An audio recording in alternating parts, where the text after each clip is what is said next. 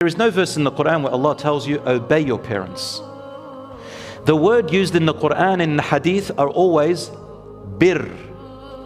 The word bir, my dear brothers and sisters, does not mean obedience, because there are things you don't have to obey them in. Bir means kindness, courtesy and goodness. To give them more than their rights, from what you can, from your wealth, from your service, from your goodness, from your kindness and from your forgiveness, and to let go of their shortcomings and not point at it. Among the things of bir, goodness and kindness to the parents, is to not raise your voice above theirs, even if they raise their voice. Allah will judge them. And if they raise their voice, if there's a good reason, they have the right. You don't raise your voice above theirs, because you will ruin your own character, and when you have children they'll do that to you, because that's your character now, you can't stop it. Number two, you do not hurt them with a word or an action.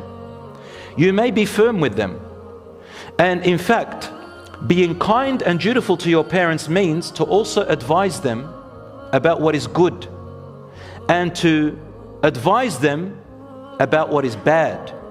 So you have amr bil ma'ruf wa nahy al munkar, command them which is good and prohibit them from what is bad.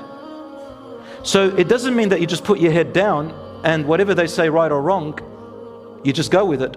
No, if they do wrong, that is sinful, you can advise them. In fact, it's your duty if you love them, because you also want to save your parents from the fire.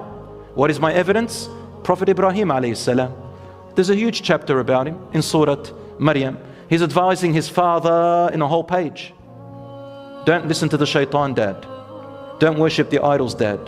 I've come to you with information that you haven't got. That's not disrespectful. Follow me, dad. Wallahi, I can guide you. I have this. Let's say you're a doctor, you've got medical training, and you can advise your parents. Would you not advise them what's good and bad for them? Does that mean you hate them? Does that mean you disrespect them? No. So examples like that. You must protect them and defend them.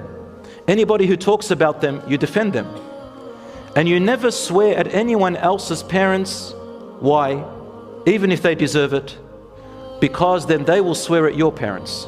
Rasul sallallahu alaihi wasallam said there will come a time when people will swear at their own dads. They said, how ya Rasulullah? He said they will swear at other people's dads, and then that will cause the other people to get angry and swear at their dads. It's as if you called upon that swearing for your dad. What have the parents got to do with it? And now people mention mums. This is haram. It's a major sin. You should not swear at people's parents.